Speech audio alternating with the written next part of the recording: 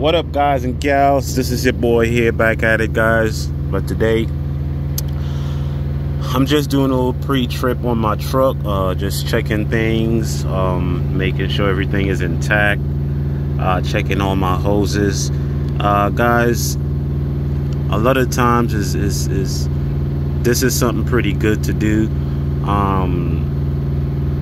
because when we're on the road and be doing pre-trips before we start our day, a lot of times, guys, we're just trying to get moving.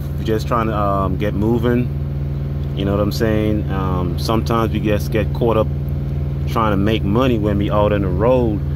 We barely really take time, guys, to look into depth and really inspect certain things on our truck.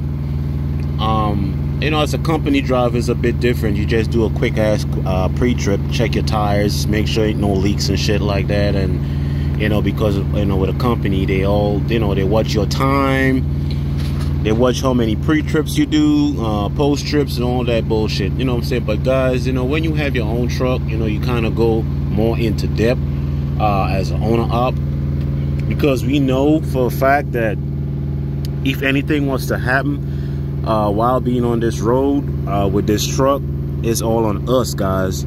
So the bottom line and the moral to the story is, people normally treat their own stuff better than someone else's.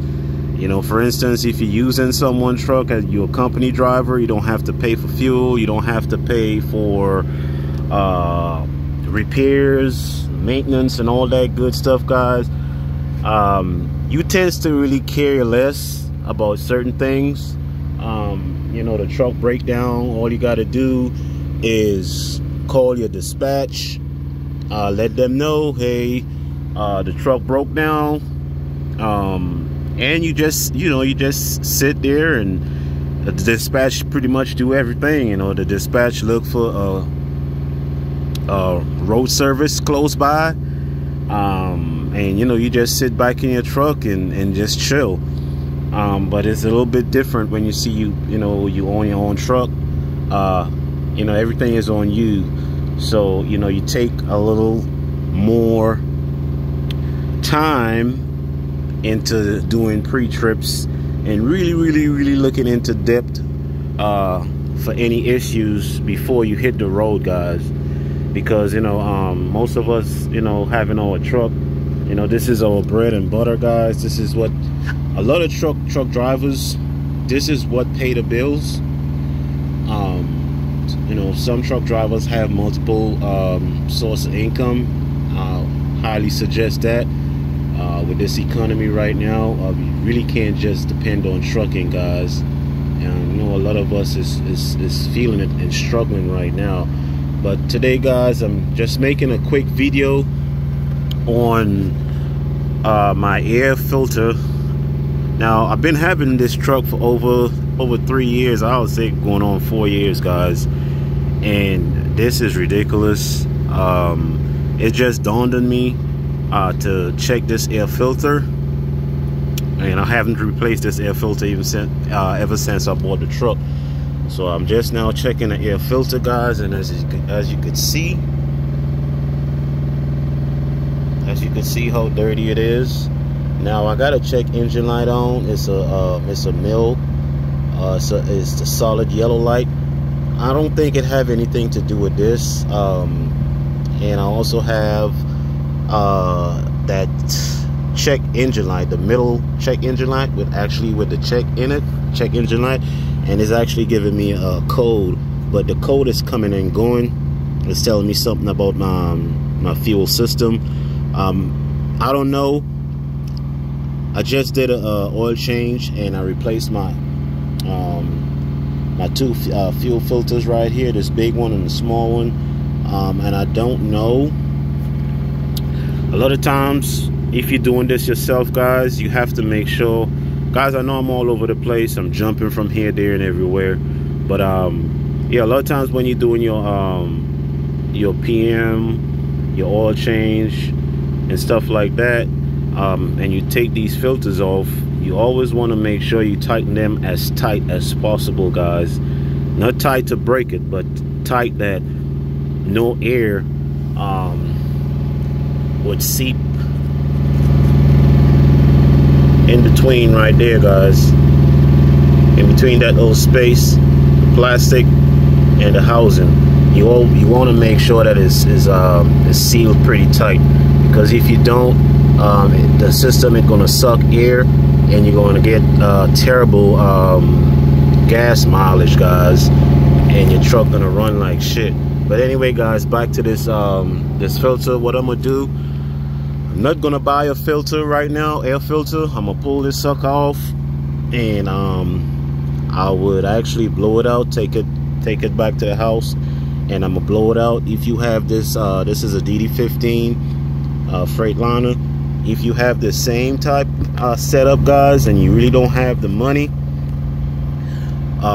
to buy one of these same expensive filter, I think one of these filters is like $150–200, and I'm not certain. This is the online price. Like if you was to buy it off Amazon or something like that, maybe you could get it for like $85–$65. I'm not even certain how much. I know if I was to call Frightliner, how much this is going to be. But guys, I just wanted to share this quick video with you guys on doing your pre-trip. When you home, you know, sometimes on a Sundays, you know, Saturdays, you know, just go out to your truck, guys, and just inspect everything, guys, and inspect your lines. For instance, I realized that I was getting a coolant. I was losing coolant, right? So now I was checking my oil and making sure that, you know, my coolant is not mixing with my oil. And I was doing some deep searching, guys, to figure out why it is I was losing the coolant. So come to find out, these two little hoses right here, let me come from the top. This hose right here and this red hose, and then this blue hose right there, they was actually leaking from the bottom. And then I checked that big hose right there, and the clamps was also a bit loose on that. So I tighten up the clamps, guys, tighten all the clamps up, and add some more coolant, and I haven't really seen anything else. But guys, the next thing you could do, you always want to don't wait for stuff to just go out on the truck. Stuff like hoses, like this, hoses you want to keep you know, on the truck. Extra light bulbs, turn signals, low beams, high beams, and stuff like that.